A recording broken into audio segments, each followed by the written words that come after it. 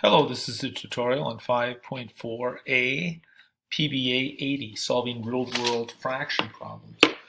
These are tricky, and first of all, this is a partner A-B activity, so we're supposed to have 2 pages, so you can just skip the directions, and nobody likes reading them anyway. And honestly, we're gonna have to skip the puzzle too, so you can cross that part out.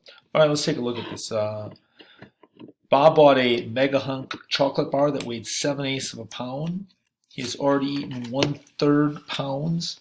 How much chocolate does he have left?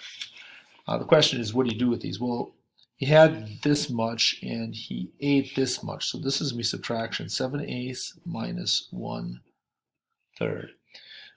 We can write that as with the denominator as this use a denominator of 24. Well, this would have to be 8 times 3, so that would have to be 7 times 3. So this is going to be 21 24ths when we rename it. This would have to be times 8. So this is 8 24ths. So 21 minus 8 is going to give me 13 24ths. So there's 13 24ths of a pound left. Number 2 looks like the same question, but it's not. Rob bought a mega hunk chocolate bar that weighed 7/8 of a pound. He has already eaten 1/3 of it. How much chocolate does he have left? All right, I put down a new sticky note there so we have a little more room to work. Well, if he had 7/8 and he ate 1/3 of that, really we want to know what 1/3 of 7/8 is. So we can multiply it like this, 7/8 times 1/3, we'll have, this will be the amount he ate.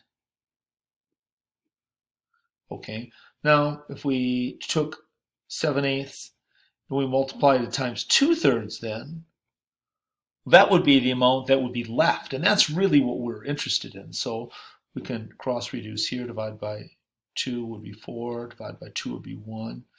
And when we multiply across, we'll find out that there is going to be 7/12 of a pound left. So at this point, we have this answer here. All right, so you can see how tricky they can be on these ones here. Well, you could have also done this. I'll be honest with you. You could have just said, well, this is 7/24ths. And if he ate 7/24ths and that was 1/3 of it, he'd have twice as much left, so that would be 14 24ths, which when reduced is also 7/12ths of a pound. A couple ways to solve that. Let's take a look at one more problem up here that tends to cause kids some problems. Another sticky note here.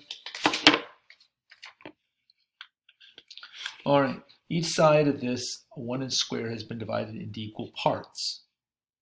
What is the area of the shaded rectangle? So the shaded rectangle is this area right here. Okay, so let's figure this out. This would be this is a 1-inch piece here, correct? So 1 inch. So on this side here, we can say that, well, this would be 1/4 of an inch here. This would be 1/2. This would be 3/4, and this would be 1 whole inch as I labeled those out.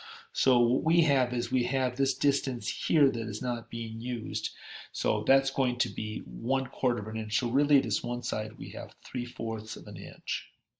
Then this side, if this is an inch, we've got 1, 2, 3 divisions, 3 equal spots. As they said, they're divided into equal parts. So this is going to be 1, 2. This is going to be 2/3.